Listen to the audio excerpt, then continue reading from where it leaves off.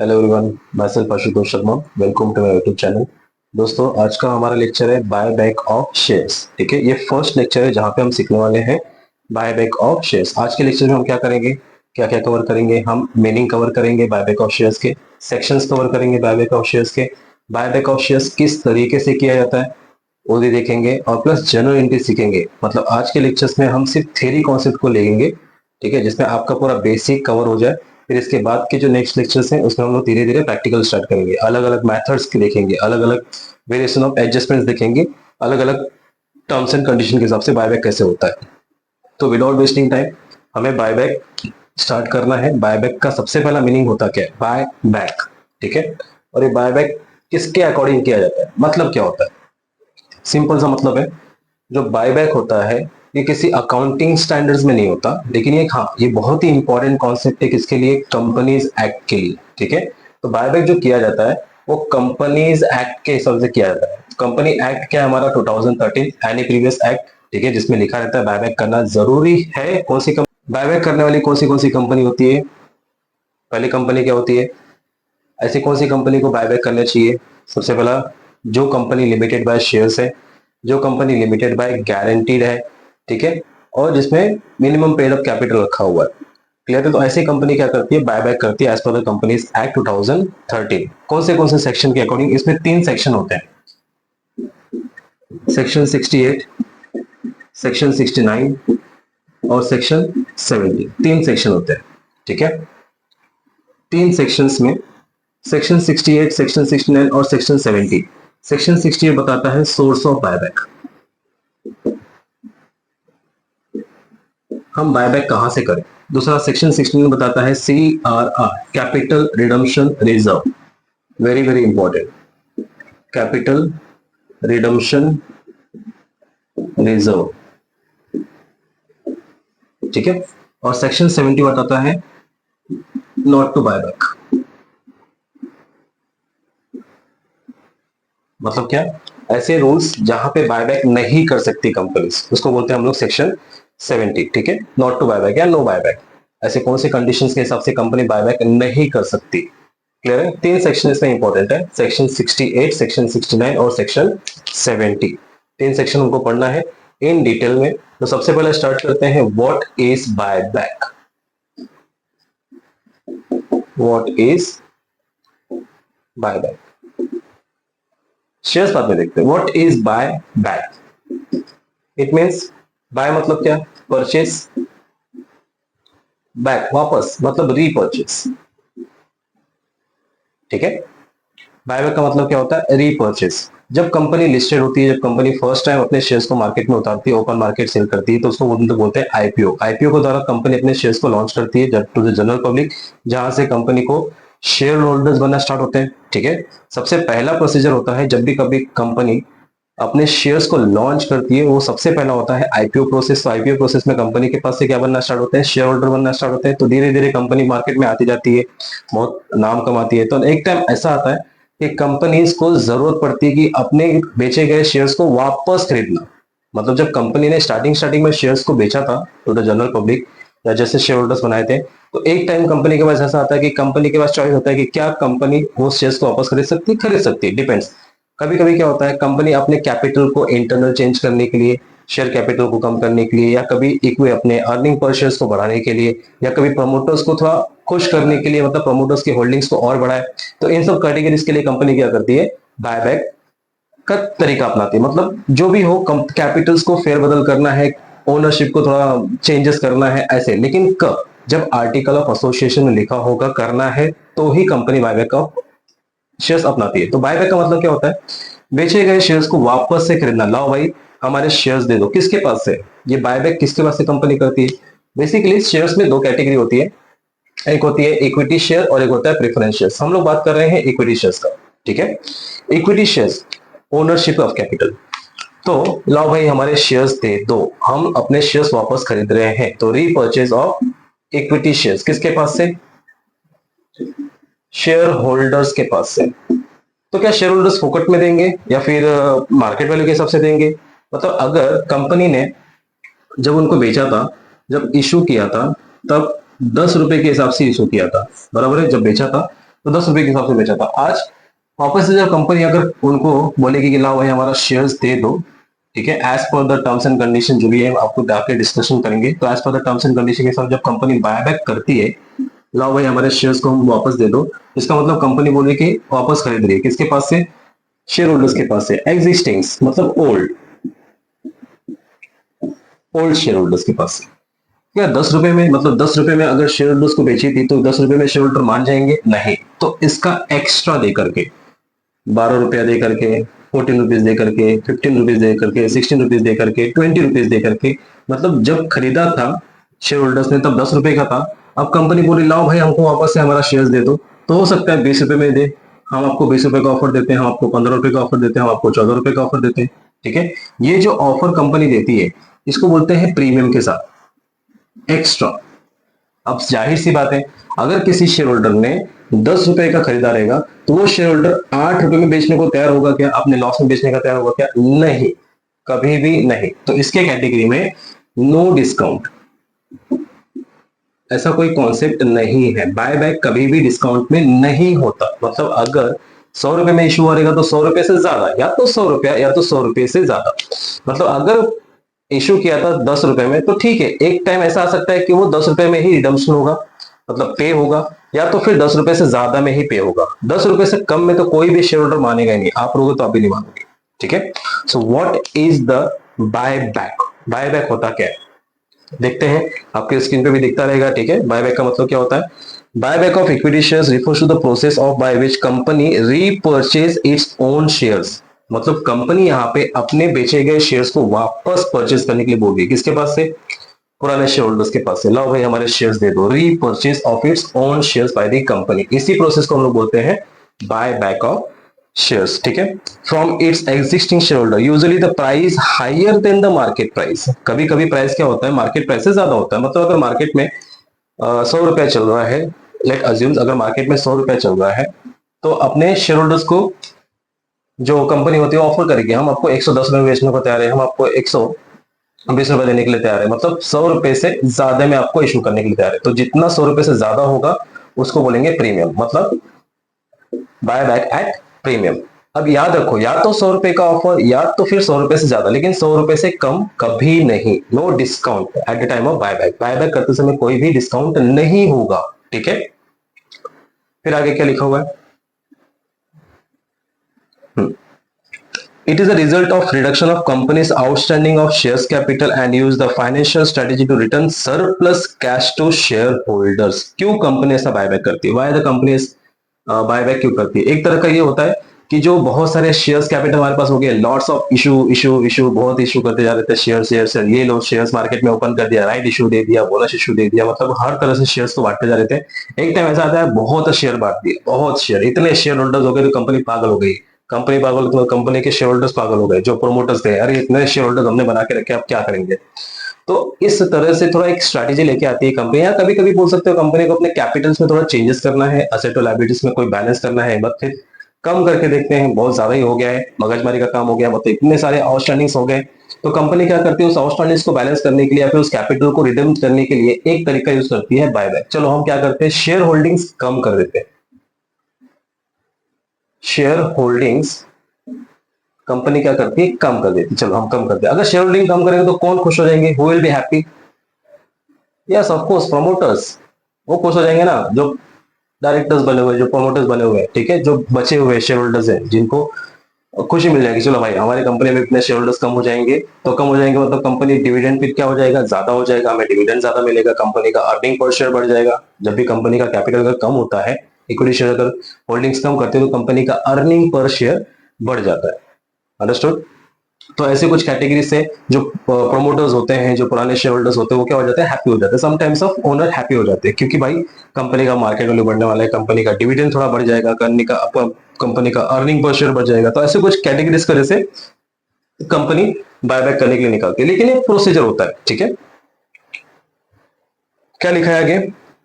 और shares buyback also called as repurchase of stock, मतलब आप शेयर्स को स्टॉक का नाम दे सकते हो। ठीक है, रीपर्चेज वापस से कंपनी खरीदती है। It is when company buy its own shares from the stock market और directly from the share holders. As is process This reduce the total number of shares available, which can be increase the earning per share and make its remaining shares more valuable. अगर company ने buyback कर लिया तो buyback करने के बाद company का जो अर्निंग पर शेयर हो बढ़ जाएगा, मार्केट वैल्यू बढ़ जाएगा, कंपनी का जो पुराने होल्डर्स है उनके पास डिविडेंड बढ़ जाएगा, ठीक है, ऐसी सब चीजें बेनिफिट होंगी। बायबैक करने का ऑब्जेक्टिव क्या है, अभी तक हम सेक्शंस पे नहीं आए, ठीक है, सेक्शंस पे अभी तक नहीं आया, सेक्शंस पे आते धीरे धीरे, पहले मीनिंग खत्म हो जाए फिर सेक्शंस पे आते हैं। बायबैक का ऑब्जेक्टिव क्या है, कंपनी क्यों बायबैक करना चाहती है, ये भी आपके स्क्रीन पे देख लो।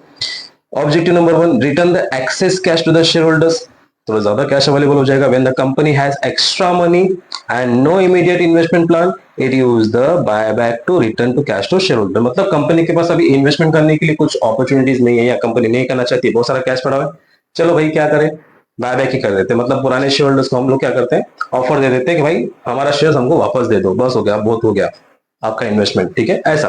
Number 2, increase the earning per share, इससे क्या होगा, कंपनी का अर्निंग पर शेयर हो जाएगा। मतलब कैसे, पहले कंपनी के पास नेट प्रॉफिट, ठीक है, तो कैलकुलेट करके देखते हैं।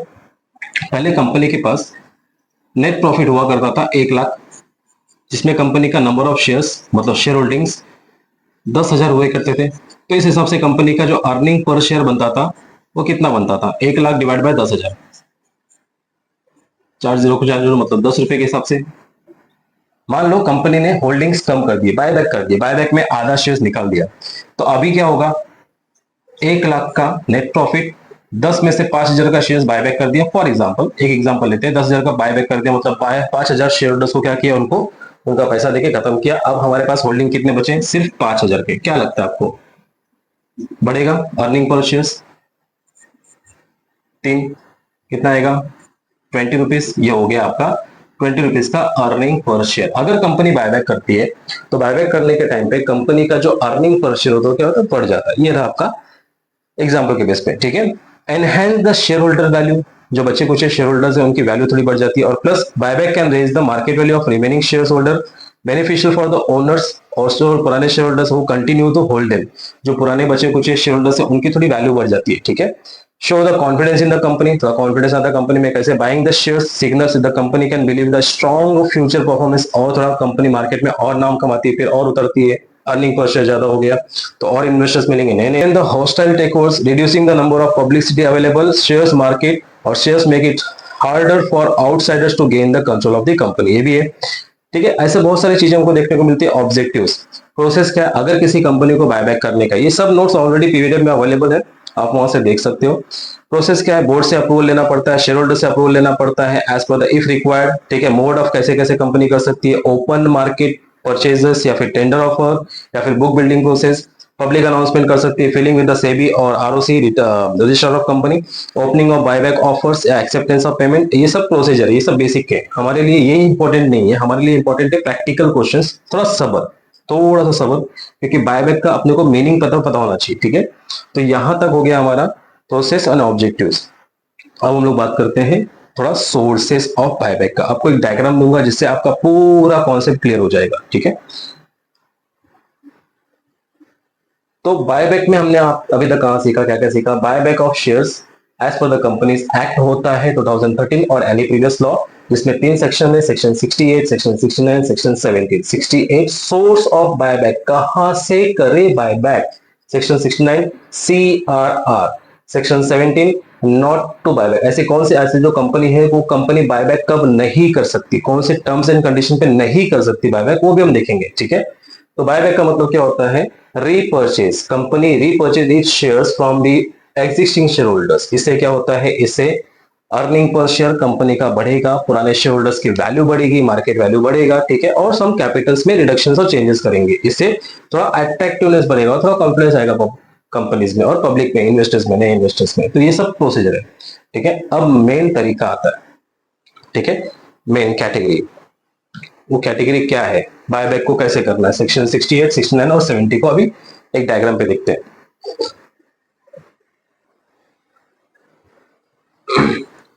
अब जो आप लोगों को ट्रिक बताने जा रहा हूं उसमें आपका जनरल एंट्रीज पूरा इंपॉर्टेंट है, जनरल एंट्रीज बन जाएगा। जनरल एंट्रीज याद करने की जरूरत नहीं है, जनरल एंट्री याद करने जाओगे तो आपको बहुत सारा टाइम लगेगा। तो एक डायग्राम आपको ऐसा देता हूं जिसमें आपका जनरल एंट्री आप बना सकते हो, यस आप जर्नल एंट्री बना सकते हो अगर वो डायग्राम याद आ गया तो।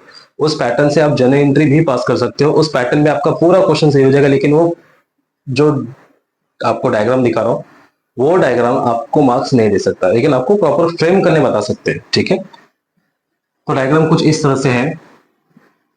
इक्विटी शेयर कैपिटल प्लस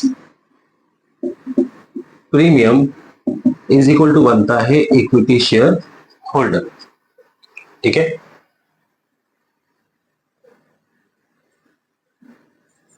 इसमें दो कैटेगरी, ऑलवेज प्रीमियम में भी राइट ऑफ और रिटर्न ऑफ और इसको पेमेंट टू बैंक, इसमें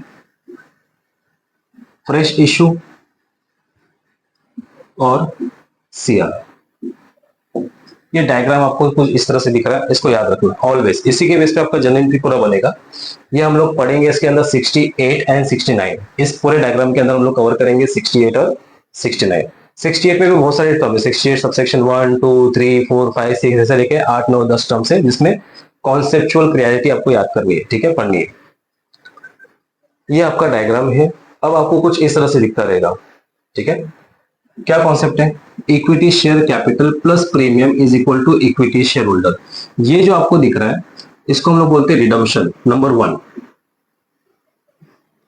इसको हम लोग बोलते हैं नंबर 1 रिडम्पशन। इसका नाम देते हैं हम लोग रिडम्पशन। ठीक है, रिडम्पशन।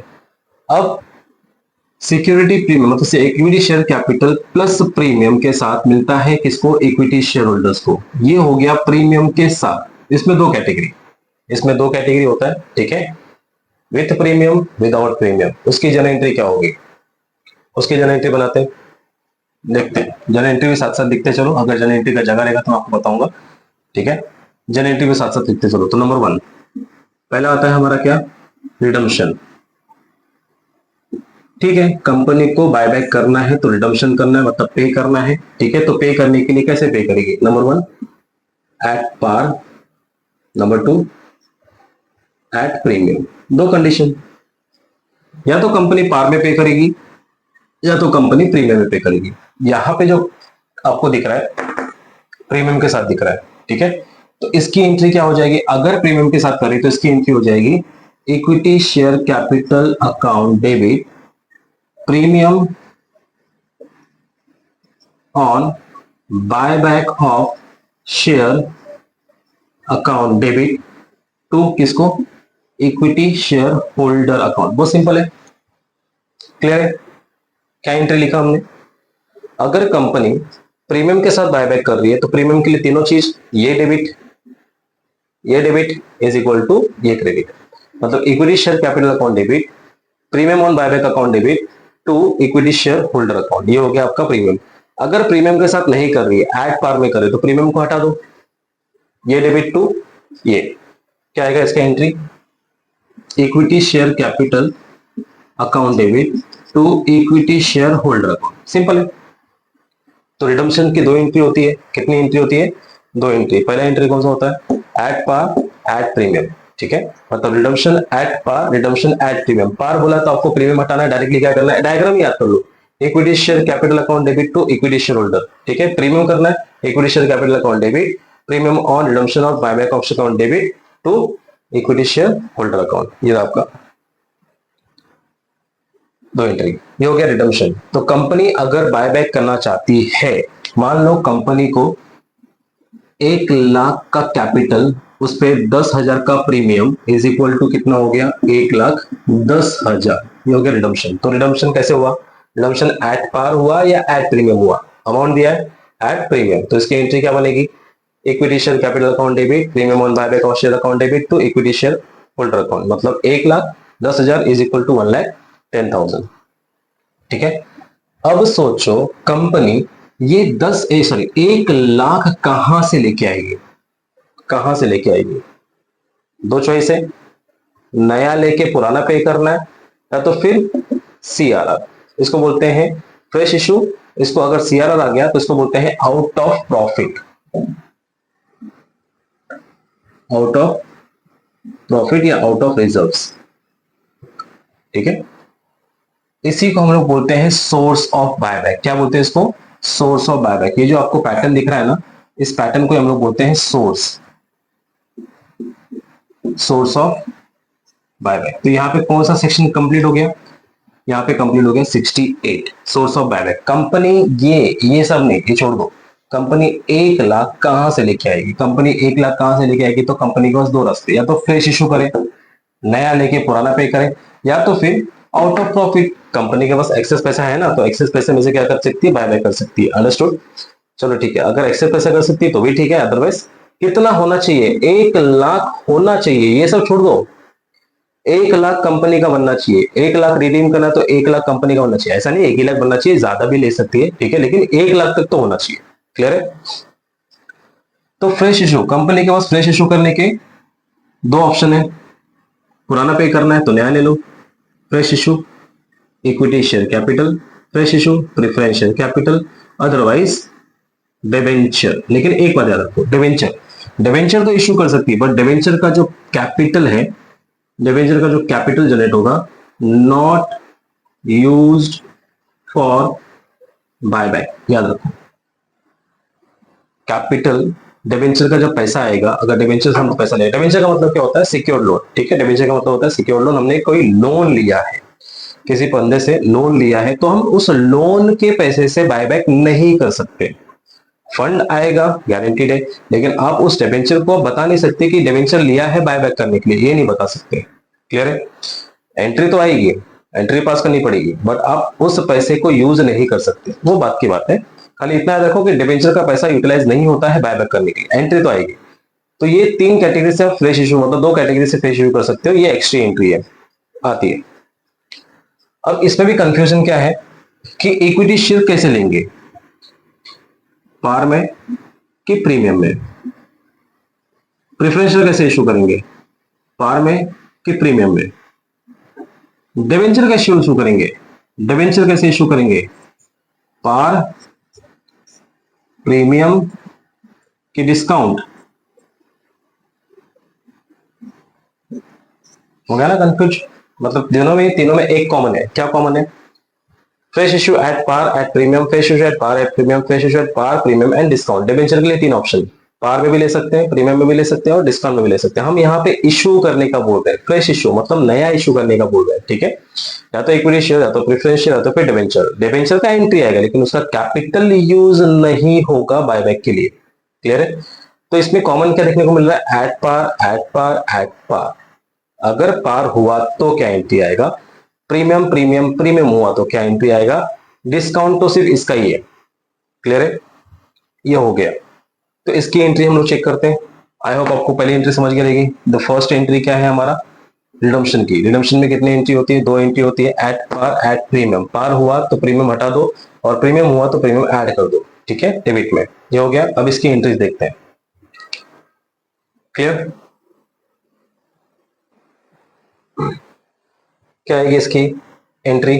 Fresh issue. देखो, ये हो गया आपका number 1 redemption, number 2 fresh issue. ये रहा आपका फ्रेश इशू, इसकी एंट्री बनानी है, ठीक है? Number 2 fresh issue. एंट्री पता नहीं सर, एंट्री आम्हाला माहित नाही, एंट्री सीखवा, ठीक है? एंट्री याद करने से अच्छा एंट्री बनाना सीखो। फ्रेश इशू, इशू करें तो इशू के टाइम पे, यहाँ पे तो हम लोग रिडम्पशन कर रहे हैं, ठीक है? इशू के टाइम पे हमारे पास पैसा आता है, नया इशू, शेयर्स दिया, पैसा लिया, इक्विटी दिया, पैसा लिया, प्रेफरेंस दिया, पैसा लिया, ठीक है? ओके सर, पता चल गया। तो अगर मान लो एट पार में इशू किया हुआ है कुछ भी, एट पार में, equity, preference, debenture, at par में, तो common entry what we get, bank account debit to. कहां से पैसा आया, मैं स्लैश स्लैश करके बताऊंगा कहां से आया। हमने इक्विटी लिया क्या, ठीक है, इक्विटी शेयर कैपिटल नहीं। हमने क्या लिया? प्रेफरेंस लिया, प्रेफरेंस शेयर कैपिटल नहीं। हमने क्या इशू किया? Debenture to debenture account. तीनों में से कोई एक, तीनों नहीं आएगा, तीनों में से कोई एक। जनरल कॉन्सेप्ट है, bank account debit to equity share, bank account debit to preference share, bank account debit to debenture at par. Clear है? एंट्री आएगा, ये कंफ्यूजन दूर रखो, एंट्री तो आएगा। क्लियर है? लेकिन उसका पैसा हम लोग उसके नाम पे दिखा नहीं सकते कि हमने डिबेंचर लिया बायबैक करने के लिए। अगेन अगेन आपको रिपीट कर रहा हूँ, एंट्री तो आएगा, तो at par bank account debit to equity, bank account debit to preference, bank account debit to debenture. अब इसमें जरा प्रीमियम घुसेड़ दो, एट प्रीमियम। ठीक है, प्रीमियम मतलब क्या, इश्यू तो कर रहे हैं ना, तो इश्यू में क्या आएगा, bank account debit premium. Extra पैसा आया, एक्स्ट्रा पैसा आया, बताओ एक्स्ट्रा पैसा कैसे आएगा, किसके बलबूते पे आया, क्या हमने इक्विटी लिया, नहीं, क्या हमने प्रेफरेंशियल लिया, नहीं, क्या हमने डिवेंचर लिया, हाँ ठीक है, कोई भी हो सकता है, कोई भी हो सकता है। Bank account debit to equity हो सकता है, bank account debit to preference हो सकता है, bank account debit to debenture हो सकता है। क्लियर है, दोनों में क्या डिफरेंस क्या दिख रहा है, सर दोनों तो एंट्री सेम है, हाँ दोनों तो एंट्री सेम है, लेकिन हमको क्या इंक्लूड करना है, इसको घुसेड़ना है प्रीमियम को। तो प्रीमियम हमारे लिए क्या होता है, रिजर्व का काम करता है, हम एक्स्ट्रा में इशू कर रहे हैं, हम एक्स्ट्रा में, यहाँ पे हम एक्स्ट्रा दे रहे थे, यहाँ पे हम एक्स्ट्रा ले रहे हैं, फ्रेश इशू। मतलब अगर 10 रुपए के हिसाब से है और हम 10 रुपए के हिसाब से ले रहे हैं, तो क्या होगा, पार। ठीक है, 10 रुपए के हिसाब से अगर हम 12 रुपए ले रहे हैं, तो यहाँ पे क्या बनेगा, प्रीमियम, एक्स्ट्रा, एक्स्ट्रा इशू कर रहे हैं। ठीक है, 10 रुपए के हिसाब से 8 रुपए में इशू कर रहे हैं, तो यह हो गया डिस्काउंट, कम में तो डिस्काउंट। यहाँ पे एक्स्ट्रा ले रहे हैं, तो एक्स्ट्रा लेने का नाम आएगा to security premium. Always remember security premium account. ठीक है, तो ये रहा आपका दोनों कैटेगरी में डिफरेंस। क्या डिफरेंस है, पार में है तो एक bank account debit to equity shares, otherwise preference का बोला तो bank account debit to preference, debenture बोला तो bank account debit to debenture. Premium दे दिया है, बैंक अकाउंट डेबिट किसके नाम पे दिया है, इक्विटी टू सिक्योरिटी प्रीमियम, नहीं प्रेफरेंस दिया है, bank account debit to preference to security premium, नहीं डिवेंचर दिया, bank account debit to debenture to security premium. Clear है, गॉट इट। तीसरा कैटेगरी नंबर 3, एट डिस्काउंट। लेकिन डिस्काउंट का सर एक ही कैटेगरी है, वो सिर्फ और सिर्फ किस में आता है, वो सिर्फ और सिर्फ डिवेंचर में आता है, तो एक ही चीज है, कोई प्रॉब्लम नहीं, लेकिन बैंक तो डेबिट ही होगा, बैंक तो डेबिट ही होगा, पैसा आ रहा है ना, bank account debit. Security premium था, मतलब प्रीमियम में किया तो सिक्योरिटी प्रीमियम, कॉमन सेंस, यहाँ पे डिस्काउंट है तो डेबिट करो, discount on issue of debenture, discount on issue of debenture, तो कहां से पैसा लिया, डिवेंचर अकाउंट, एक ही चीज, ये हो गया आपका फ्रेश इश्यू। ठीक है, मतलब फ्रेश इश्यू की कैटेगरी में आपको कितनी एंट्री आती है, 3 एंट्री आती है, at par, at premium, at discount. Par कहां से पैसा लिया, इक्विटी से, कहां से पैसा लिया, प्रेफरेंस से, कहां से पैसा आया, डिवेंचर, बट डिवेंचर का कैपिटल यूज्ड नहीं होता है बाय बैक के लिए, पैसा आएगा, फंड बढ़ेगा। ठीक है, वो चीज आपको सपोर्ट हो जाएगा, लेकिन एंट्री तो आएगी, लेकिन उसकी यूटिलाइजेशन नहीं होगी, कहां पे, रिडम्पशन के लिए, सिर्फ और सिर्फ इसका पैसा और इसका पैसा आएगा, मतलब इक्विटी और प्रेफरेंस का पैसा आएगा यूज करने के लिए। ठीक है, क्लियर है, ये रहा आपका फ्रेश इशू की एंट्री। याद हो गया फ्रेश इशू की एंट्री, मतलब फ्रेश इशू में कॉमन क्या है, bank account debit, bank account debit, bank account debit, कहां से आया, इक्विटी, इक्विटी, इक्विटी, कहां से आया, प्रेफरेंस, प्रेफरेंस, प्रेफरेंस, कहां से आया, डिवेंचर, डिवेंचर, डिवेंचर। ठीक है, premium, bank account debit to equity to security premium, मतलब सिक्योरिटी प्रीमियम क्रेडिट हो जाएगा। अगेन अगेन मैं रिपीट करो ताकि आप समझ जाओ। क्लियर है, ये हो गया हमारा सेकेंड। नेक्स्ट है थर्ड, यहाँ पे सीआरआर, यहां से कम पड़ रहा है, यहां से कम पड़ रहा है, यहां जाएंगे, ये नहीं करना है, यहां जाएंगे। हमको फ्रेश इशू नहीं करना है, पैसा कहां से लेंगे, सीआर करना है। हमको सीआरआर नहीं करना है, कहां से लेंगे, फ्रेश इशू लेंगे। हमको दोनों भी करना है, ठीक है, ये भी ले लो, ये भी ले लो। मान लो अगर आपने इक्विटी शेयर से पैसा लिया, 50,000 का कैपिटल जमा हुआ आपका, कितना चाहिए, 1,00,000 चाहिए, आपका जमा कितना हुआ, 50,000, आप बाकी का 50 कहां से लोगे, आ जाओ इधर पे, सीआरआर से ले लो। अंडरस्टूड, समझा। आपने इक्विटी शेयर से जमा किया, आपने इक्विटी शेयर से जमा किया 80,000, तो इस कंडीशन में आपके पास सीआरआर से आप कितना उठाओगे, मतलब आउट ऑफ रिजर्व आप कितना उठाओगे, प्रॉफिट में से कितना उठाओगे, 20,000। भाई आपको मिला के कितना होना चाहिए, 1,00,000 ही होना चाहिए। मान लो आपने पूरा का पूरा पैसा उठा लिया यहां से 1,00,000, तो क्या आप सीआरआर बनेगा आपका, नहीं, सीआरआर आपका क्या हो जाएगा, 0, मतलब यहाँ पे सीआरआर यूज ही नहीं होगा। या फिर अगर आपने पूरा का पूरा 1,00,000 सीआरआर से ले लिया या आउट ऑफ रिजर्व से ले लिया, ठीक है, तो यहां पे आपका जो फ्रेश इशू रहेगा क्या होगा, 0। यह रहा आपका कंडीशन। आप दोनों भी ले सकते हो, आप किसी एक का ज्यादा, जैसे इंफॉर्मेशन है, जैसे इंफॉर्मेशन होगा वैसे, जब आप एक का ज्यादा तो दूसरे का कम, ठीक है, एक का कम तो दूसरे का ज्यादा, अगर एक पूरा है तो दूसरा एक भी नहीं रहेगा, ऐसा, ठीक है। ना आगे बढ़ते हैं किधर, सीआरआर की एंट्री पे।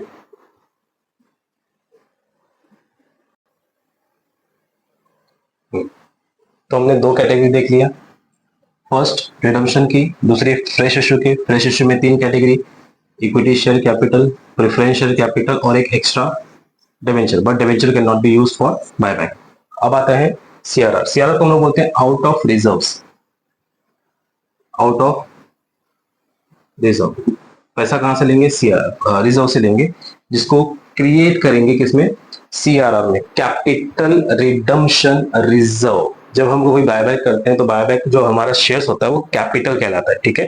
तो कैपिटल को रिडीम्ड कर रहे, पे कर रहे, इसके लिए उसका नाम पड़ता है कैपिटल रिडम्पशन रिजर्व में जाता है, ठीक है। इसकी एंट्री क्या है, ये कौन सा रिजर्व होता है, यहाँ पे दो रिजर्व होते हैं, divisible profit, non divisible profit. Divisible profit को हम लोग बोलते हैं फ्री रिजर्व।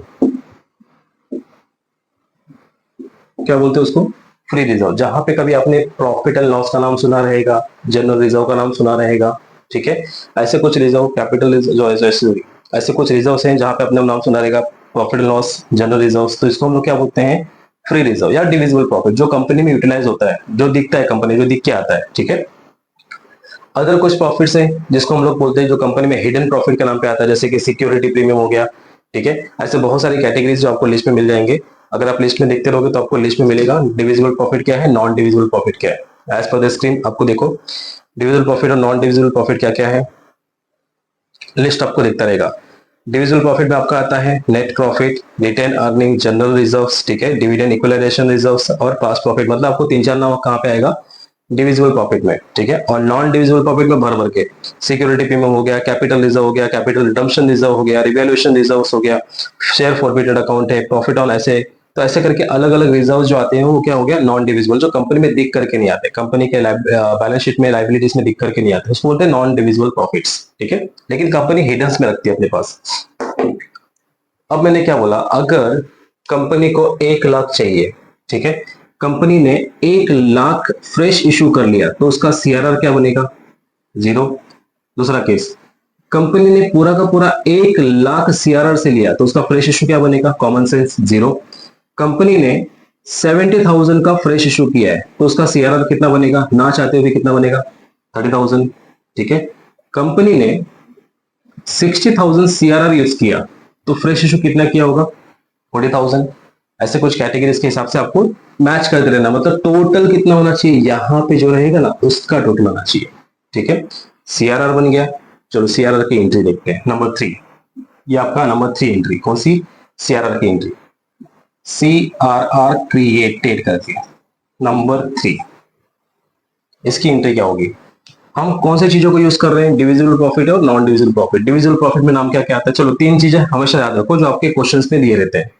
क्या आपने जनरल रिजर्व यूज किया, क्या आपने प्रॉफिट एंड लॉस यूज किया, क्या आपने सिक्योरिटी प्रीमियम यूज किया, क्या आपने कैपिटल रिजर्व यूज किया, जो भी यूज किया to C R R, simple. आपने कौन से रिजर्व को यूज किया, क्या आपने जनरल रिजर्व पूरा का पूरा जरिया से ले लिया तो सीआरआर, पूरा का पूरा पीएनएल से लिया तो सीआर, पूरा का पूरा सिक्योरिटी प्रीमियम से लिया तो सीआर, या तो फिर कभी कभी ऐसा हो सकता है कुछ पैसा इसमें कुछ पैसा इसमें से उठाया, ठीक है। ये हम लोग क्वेश्चंस में देखेंगे, कुछ पैसा इसमें कुछ पैसा इसमें उठाया तो GR account debit, PNL account debit to CRR. मतलब ये चीजें अगर आपने इसमें एक से ज्यादा कैटेगरी करते हो तो एक से ज्यादा कैटेगरी ऊपर से नीचे आ जाएगा, GR account debit, PNL account debit, security premium account debit to CRR, ऐसा हो जाएगा, ठीक है। अदरवाइज अगर सिंगल यूज किया रहेगा इसमें से या इसमें से या इसमें से या इसमें से, तो उसको अकाउंट डेबिट टू सीआरआर। ये हो गया आपका CRR created, third entry, simple, clear है। ये पैटर्न समझ लो, अगर पूरा यहां से लिया तो ये नहीं आएगा, पूरा यहां से लिया तो ये नहीं आएगा, आधा आधा हो सकता है, इक्वल हो सकता है, या फिर कम ज्यादा हो सकता है, as per the given information. अगर बोला रहेगा 70,000 यहां से यूज किया तो कॉमन सेंस, अगर 70,000 फ्रेश इशू बोला है तो बाकी का पैसा कहां से आएगा, सीआरआर से आएगा, ठीक है, अंडरस्टूड, ये समझ जाओ। तो ठीक है, जो भी पैसा जनरेट होगा वो सीआरआर से कहां से जनरेट होगा, whether divisible profit, whether it is non divisible profit, या तो फ्री रिजर्व या तो नॉट फ्री रिजर्व है। क्वेश्चन में दिया रहेगा जनरल रिजर्व में इतना पैसा है, पेनल में इतना पैसा, आपके चॉइस के ऊपर है, ठीक है, कहां से किसको यूटिलाइज करना है वो आप देखेंगे प्रैक्टिकल क्वेश्चंस में। ये हो गया एंट्री नंबर 3। मतलब अब तक हमने कितनी एंट्री देखी? रिडम्पशन में 2 एंट्री, पार और प्रीमियम का। फ्रेश इश्यू में 3 एंट्री, पार प्रीमियम डिस्काउंट का, ठीक है। सीआरआर में 1 एंट्री, सीआरआर क्रिएटेड का। अब जो गलती से कंपनी प्रीमियम के साथ दे रही है तो उस प्रीमियम को कंपनी क्या करती है? प्रीमियम को कंपनी करती है राइट ऑफ नंबर 4। प्रीमियम को कंपनी क्या करती है? नंबर 4, प्रीमियम को कंपनी राइट ऑफ करती है, रिटर्न ऑफ, ठीक है। जब भी कभी कंपनी एक्स्ट्रा पैसे में कंपनी शेयर होल्डर्स को इश्यू करे तो उस एक्स्ट्रा पैसे को कंपनी क्या करती है? राइट ऑफ करती है, रिटर्न ऑफ करती है। तो रिटर्न ऑफ करती कहां से करती है? वही सेम कैटेगरी, कहां से करेगी भाई? इतना पैसा कहां से रिटर्न ऑफ करेगी? Same, whether it is divisible profit, whether it is non divisible profit. या तो वो डिविजिबल प्रॉफिट से रिटर्न ऑफ करेगी या तो फिर वो non divisible, again divisible again non divisible profit आ रहा है, ठीक है, दो दोनों वही आ रहा है। यहाँ पे हमने वही देखा, यहाँ पे भी वही देखा। मतलब सीआरआर अगर आउट ऑफ रिजर्व से कर रही है तो भी divisible non divisible, return of कर रही है तो भी डिविजिबल नॉन डिविजिबल, मतलब एंट्री तो सेम रहेगा। पैसा कौन सा यूज करिए, डिविजिबल की नॉन डिविजिबल, यही 4 नाम याद रखो। तो क्या जीआर से, क्या प्रॉफिट एंड लॉस से, क्या सिक्योरिटी प्रीमियम से, क्या कैपिटल रिजर्व से, किसको रिटर्न ऑफ करना है? प्रीमियम ना। तो हमने जब सबसे पहले एंट्री पास की थी तो सबसे पहले एंट्री में अगर प्रीमियम था तो उसमें क्या लिखा था? Premium on buy back of shares. तो उसी को यहां लिखेंगे, premium on buy back of shares account, ठीक है। दो तो कॉमन ही है। सीआरआर क्रिएट के लिए भी आपका divisible non divisible account debit to CRR, और रिटर्न ऑफ के लिए भी divisible non divisible account debit to CRR. हाँ, एक से ज्यादा जगह यूज किया है तो डबल डबल जाएगा। तो GR account debit, PNL account debit to premium, या तो एक ही में से लिया है तो किसी एक का नाम to premium on buyback of shares. जो हम पहले डेबिट किए थे अभी उसको क्या कर दिए? Credit, right of. पहले इश्यू करते टाइम, सॉरी रिडम्पशन करते टाइम क्या किया था? डेबिट किया था, अब उसको क्या किया? क्रेडिट, जगह पे खत्म, राइट ऑफ हो गया, ठीक है। ये हो गया एंट्री। नाउ एंट्री नंबर 5, यहां पे आ गया लास्ट एंट्री, इसको हम लोग बोलते हैं payment entry. Entry number 5, payment entry, यहीं पे आपको बता देता हूं। Payment entry, what is the payment entry? ये पूरे डायग्राम पे आपका बायबैक ऑफ शेयर्स खत्म हो जाता है, पूरे डायग्राम। इसके अलावा आपको एक आधा 2 एंट्री एक्स्ट्रा रहेगा, बाकी कोई भी एंट्री एक्स्ट्रा नहीं रहेगा।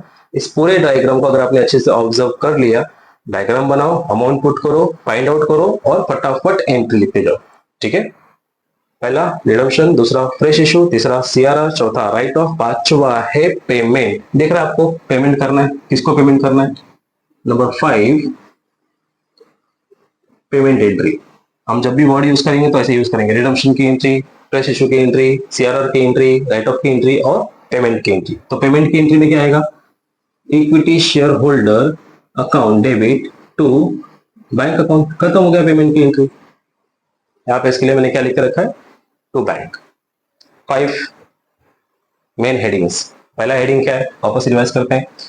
रिडम्पशन एंट्री, दूसरा एंट्री है फ्रेश इशू, तीसरा एंट्री है सीआरआर, चौथा एंट्री है राइट ऑफ, पांचवा एंट्री है पेमेंट एंट्री। यहाँ पे आपका सेक्शन 68 और सेक्शन 69 खत्म। CRR, when the CRR created, when the company has utilized the fund from the free reserves, company अगर फ्री रिजर्व या non divisible profit, not free reserve से फंड को यूटिलाइज कर रही है, किसके लिए? For what purpose? For buy back of shares. किसके लिए फंड यूटिलाइज कर रही है? Company buy back of shares के लिए डिविजिबल या फ्री रिजर्व या नॉन फ्री रिजर्व को यूज कर रही है, तो उस यूटिलाइज का प्रॉफिट जहां से यूज कर रही है उसको कहां पे कंपनी क्रिएट करेगी? सीआरआर। तो जिस फंड को यूज करिए उस फंड से क्या क्रिएट होता है? सीआरआर, कैपिटल रिडम्पशन रिजर्व करके क्रिएट होता है, ठीक है। वही हो जाता है आपका सेक्शन 69। सेक्शन 70 इसके बाद और कुछ एक आधा एंट्री है, उस एंट्रीज के बाद हम लोग सेक्शन 70 को डिस्कस करेंगे। मतलब ऐसी कौन से चीजें हैं जहां पे कंपनी बायबैक नहीं कर सकती, नहीं कर सकती, ठीक है। तो 5 एंट्री, अगेन शॉर्ट टर्म में रिवाइज करते हैं। पहला रिडम्पशन एंट्री में 2 एंट्री, पार और प्रीमियम। फ्रेश इश्यू में 3 एंट्री, पार प्रीमियम डिस्काउंट अलग अलग कैटेगरी में। सीआरआर की 1 एंट्री, राइट ऑफ की 1 एंट्री, पेमेंट की 1 एंट्री। क्लियर है? Have you got it? ठीक है, और एक आधा एक्स्ट्रा एंट्री है।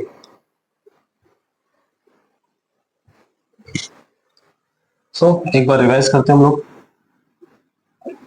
बायबैक के लिए कितनी कितनी एंट्रीज को यूज किया जाता है। नंबर 1, सबसे पहले एंट्री का नाम रिडम्पशन एंट्री, जिसमें कितना होता है 2, at par, at premium. Number 2 कौन सा आता है हमारा, फ्रेश इशू। पैसा कहां से जनरेट करें, 3 चीज, at par, at premium, at discount. ठीक है, पार का नाम लिया तो whether equity share capital, whether preference share capital, whether debenture. Premium का नाम लिया तो whether equity share capital, whether preference share capital, whether debenture. और सिर्फ डिस्काउंट का बात किया तो डिवेंचर। ठीक है, नंबर 3 आता है CRR क्रिएटेड, उसमें कितनी एंट्री, एक ही एंट्री है क्रिएटेड की, whether out of divisible profit, whether out of non divisible profit. ठीक है, नंबर 4, प्रीमियम को क्या किया था, राइट ऑफ और रिटर्न ऑफ, कहां से, whether divisible profit, whether non divisible profit से। ठीक है, नंबर 5 क्या थी, पेमेंट, इसको इक्विटी शेयर होल्डर को।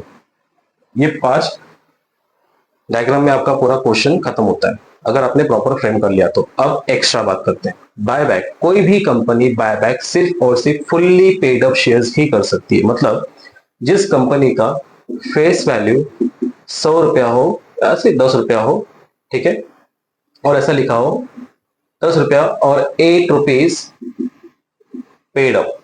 अगर कभी आपको ऐसा दिख जाए कि 10 रुपए ईच के हिसाब से लेकिन 8 रुपीज पेड अप, तो यह समझ जाओ ये पार्टली पेड अप है। तो पार्टली पेड अप कभी भी बाय बैक नहीं होता। कंपनी इसको कन्वर्ट करती है किसमें, फुल्ली पेड अप शेयर्स में। किसमें कन्वर्ट करती है, फुल्ली पेड अप शेयर्स में। चलो गैप देखो कितना है, 10 रुपए के हिसाब से था लेकिन 8 रुपए में पेड अप बोला हुआ है। ठीक है, 8 रुपए के हिसाब से पैसा आया हुआ है, मतलब कितने रुपए के हिसाब से पैसा नहीं आया, 2 रुपए के हिसाब से। इसको बोलते हैं कॉल्स इन अरियर्स। क्या बोलते हैं, कॉल्स इन अरियर्स। मतलब जब कंपनी इश्यू कर रही थी तो कुछ शेयर होल्डर्स ने 10 रुपए के हिसाब से नहीं, 8 रुपए के हिसाब से पैसा दिया। मतलब अभी भी कितने रुपए का पैसा बाकी है, 2 रुपए का पैसा बाकी है। इसको बोलते हैं कॉल्स। हो सकता है 10 नहीं 9 हो गया, 9 रुपए के हिसाब से कॉल अप, तो कितने का पैसा बाकी, 1 रुपए का। हो सकता है 10 की जगह 10 का ये है फेस वैल्यू है और 7 रुपए के हिसाब से पेड अप बोला है, तो कितने रुपए का कॉलर्स, 3 रुपए का कॉल्स इन अरियर्स। तो एक एंट्री एक्स्ट्रा हो जाती है फुल्ली पेड अप या कॉल्स इन अरियर्स की।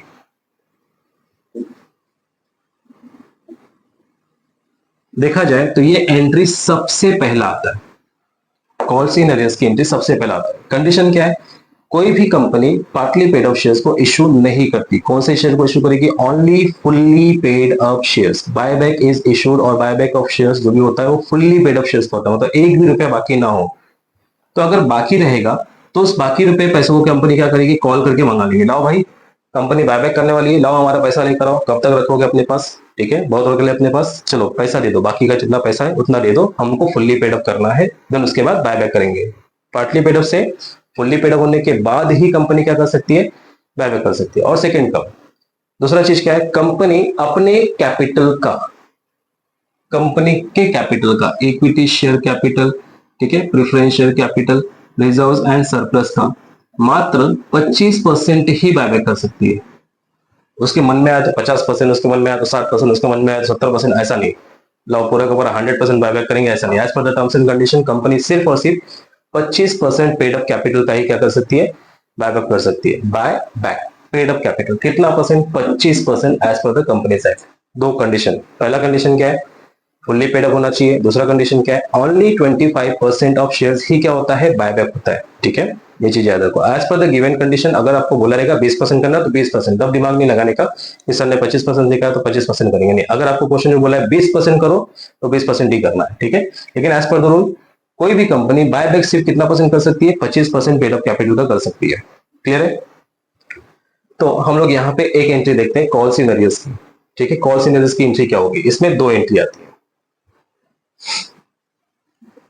कॉल की एंट्री और फिर कन्वर्ट की एंट्री। कॉल की एंट्री और कन्वर्ट की एंट्री।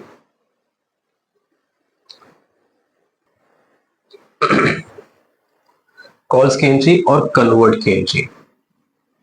चलो एक एग्जांपल लेते हैं, यही जो एग्जांपल है, 10 रुपए के हिसाब से एज था एक शेयर्स और कंपनी ने बोला है 8 रुपए के हिसाब से पेड अप आया, मतलब कितना बाकी है, 2 रुपए के हिसाब से शेयर्स का पैसा आना बाकी है। तो इसकी एंट्री, कॉल्स की एंट्री, ठीक है, कॉल्स की एंट्री नंबर 1, पहली एंट्री क्या होगी, पहला एंट्री होगा, लाओ भाई पैसा लेकर आओ, चलो बैंक अकाउंट डेबिट, 2 रुपए के हिसाब से बाकी है ना, to equity share final call.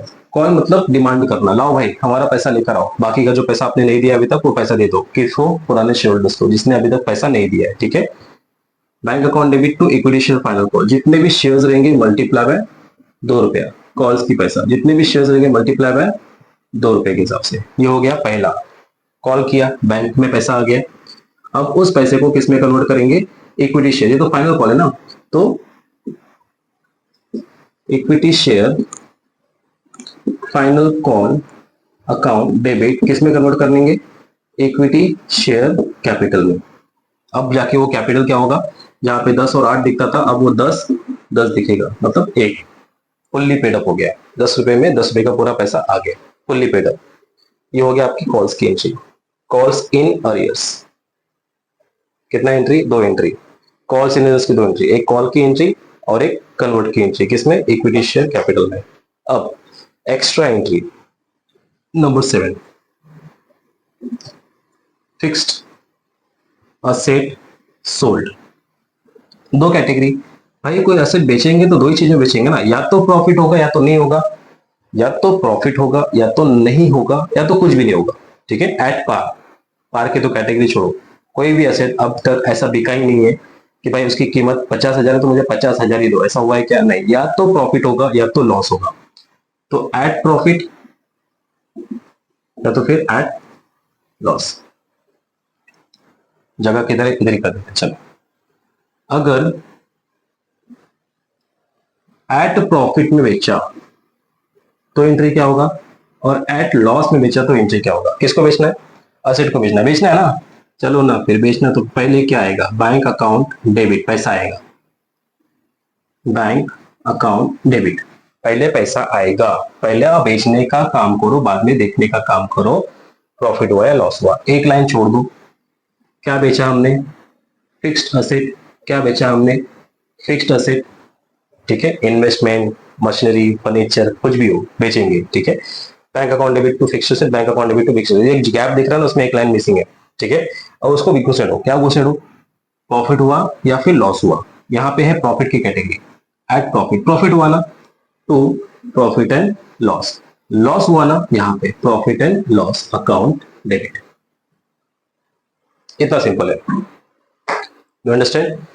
अगर कोई असेट बेचा है वो भी प्रॉफिट में बेचा है तो bank account debit to asset account, profit है ना टू पीएनएल, ठीक है, अदरवाइज नीचे to profit and loss, loss में बेचा है bank account debit, profit loss account debit to fixed asset account, ठीक है, loss always debit, profit always credit. एक बात याद रखो, ये रहा आपका overall entry used in buyback of shares.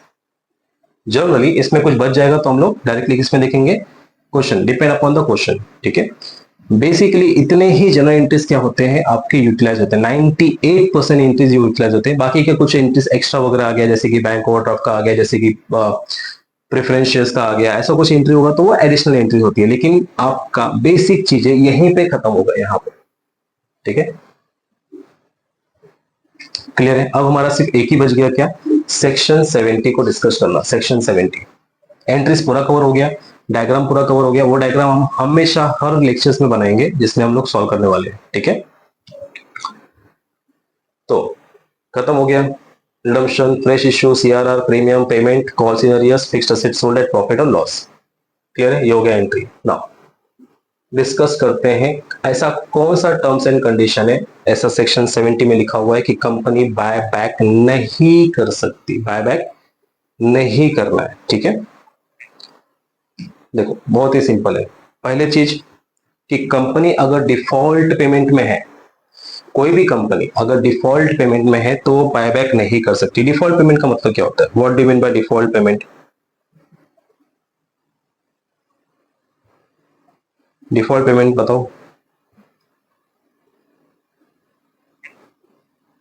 मतलब अगर हम डिफॉल्ट पेमेंट का बात करें तो डिफॉल्ट पेमेंट का इसका मतलब होता है कंपनी ने कभी काल पब्लिकली पैसा लिया रहेगा, डिपॉजिट लिया रहेगा, कोई लोन लिया रहेगा, ठीक है, डिपॉजिट लोन, इनको पे नहीं कर पाए, कांट एबल टू पे और रीपे नहीं कर पाए, या इनका इंटरेस्ट ही नहीं दे पाए। जो कंपनी ने डिपॉजिट लिया है पब्लिक से या फिर बैंक से, ठीक है, एज अ लोन लिया हुआ है या डिबेंचर से लोन लिया हुआ है, तो ऐसे कैटेगरी में अगर कंपनी डिफॉल्ट कैटेगरी में आ जाती है, इसमें डिफॉल्ट कैटेगरी में, तो उस डिफॉल्ट कैटेगरी में मतलब कंपनी ने लोन लिया लेकिन पे नहीं कर पाई, चुक गई पे करने में, या उसका इंटरेस्ट नहीं दे पा रही है, 4-5 साल हो गया इंटरेस्ट नहीं भर पा रही है, तो ऐसे कंडीशंस में कंपनी बाय बैक नहीं कर सकती। ठीक है, अगर किसी कंपनी का नाम डिफॉल्ट पेमेंट में आ जाता है तो वो कंपनी बायबैक नहीं कर सकती। नंबर 2, कंपनी कुछ चीजों के लिए एप्लीकेबल नहीं है। अगर कंपनी ने इसको कंप्लाई नहीं किया, किन चीजों को कंप्लाई नहीं किया? अगर कंपनी ने कुछ सेक्शंस को कंप्लाई नहीं किया तो कंपनी बायबैक तो बिल्कुल नहीं कर सकती। कौन से सेक्शंस को कंप्लाई नहीं किया? जगह तो कहां है, जगह तो नहीं है। कौन से सेक्शंस? वेरी वेरी इंपॉर्टेंट, 3 या 4 सेक्शंस है, उसको याद रखो। कौन से सेक्शंस? यहां पे लिखते हैं 92, सेक्शन 92, सेक्शन 123, सेक्शन 127, सेक्शन 129। ये 4 सेक्शंस को अगर कंपनी ने कंप्लाई नहीं किया, फॉलो नहीं किया, तो कंपनी बायबैक नहीं कर सकती। सेक्शन 92 है एनुअल रिटर्न, सेक्शन 123 है declaration of dividend, declaration of dividend, section 127 है डिस्ट्रीब्यूशन ऑफ डिविडेंड,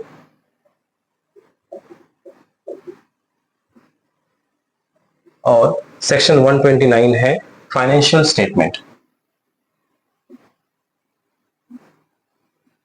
ये सेक्शंस को अगर कंपनी ने कंप्लाई नहीं किया तो कंपनी भूल करके भी क्या नहीं कर सकती? बाय बैक नहीं कर सकती। As per the Companies act 2013 के हिसाब से अगर किसी कंपनी को बायबैक करना है तो उस कंपनी का नाम डिफॉल्ट लिस्ट में नहीं आना चाहिए। मतलब ऐसा नहीं हो कंपनी ने पहले किसी का पैसा दिया ही ना हो, इंटरेस्ट ना भर पाई हो, वो कंपनी बायबैक नहीं कर सकती। प्लस जो कंपनी अपना एनुअल रिटर्न भरने में असमर्थ है, नहीं भर पा रही है, वो कंपनी सेक्शन अगर सेक्शन 92 फॉल नहीं कर पा रही है तो कंपनी बायबैक नहीं कर सकती। कंपनी ने डिक्लेयर नहीं कर पा रही है डिविडेंड, मतलब डिक्लेयर डिविडेंड नहीं दे पा रही है तो भी कंपनी बायबैक नहीं कर पा रही है, बायबैक नहीं करेगी। कंपनी अगर डिस्ट्रीब्यूट नहीं कर पा रही डिविडेंड्स को, फेल्यूर है, डिक्लेयर कर दिया लेकिन डिस्ट्रीब्यूट नहीं कर पा रही, failure to distribute of dividend, ठीक है, तो भी कंपनी बायबैक नहीं कर सकती। या तो कंपनी अपना फाइनेंशियल स्टेटमेंट ही नहीं बना पा रही है, फाइनेंशियल स्टेटमेंट ही नहीं बना है because of default, because of any types of problems, तो अगर सेक्शन 129 लागू हो गया, सेक्शन 127 लागू हो गया, 123 लागू हो गया, 192 लागू हो गया, कोई भी एक सेक्शन लागू हो गया और डिफॉल्ट पेमेंट ऐसा कोई भी कैटेगरी है, तो उस कंपनी को क्या मना है? बायबैक करने के लिए मना है, मतलब नॉट टू बायबैक। ऐसे कंपनीज बायबैक नहीं कर सकते। Again I am repeating, buyback के लिए कितने कैटेगरी होते हैं, कितने सेक्शंस होते हैं? 3 सेक्शन, सेक्शन 68, सेक्शन 69 और सेक्शन 70। 68 होता है सोर्स ऑफ बायबैक, जो डायग्राम हमने देखा। सेक्शन 69 होता है क्रिएशन ऑफ सीआरआर। सेक्शन 70 होता है नॉट बायबैक।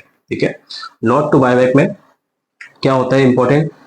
कोई भी कंपनी डिफॉल्ट लिस्ट में आ गई तो वो नहीं बायबैक कर सकती। ठीक है, नंबर 2, कोई भी कंपनी अगर एनुअल रिटर्न नहीं भर पा रही है, बायबैक नहीं कर सकती। कोई भी कंपनी अगर डिक्लेयर डिविडेंड नहीं कर पा रही है, बायबैक नहीं कर सकती। कोई भी अगर कंपनी डिस्ट्रीब्यूट नहीं कर पा रही, फेल हो गई डिविडेंड में डिस्ट्रीब्यूट करने के लिए, तो कंपनी बायबैक नहीं कर सकती। कोई भी कंपनी अपने फाइनेंशियल स्टेटमेंट नहीं बना पाई, वो कंपनी बायबैक नहीं कर सकती। तो ये रहा आज का हमारा पहला लेक्चर, इंट्रोडक्शन टू बायबैक, जिसमें हमने जनरल एंट्री सीखा, बायबैक क्या होता है वो सीखे, कितने सेक्शंस होते हैं वो सीखे। ठीक है, कौन से टर्म्स एंड कंडीशन में कंपनी बायबैक कर सकती है और कौन से एक्ट के हिसाब से। Clear guys? आई होप आपको लेक्चर समझा रहेगा। तो इन द नेक्स्ट लेक्चर हम इसके प्रैक्टिकल क्वेश्चंस को लेकर आएंगे, ठीक है, विथ प्रॉपर डायग्राम। क्लियर है? लेक्चर समझा रहा तो please like, share and subscribe जरूर करें। मिलते हैं नेक्स्ट लेक्चर्स में। Thank you.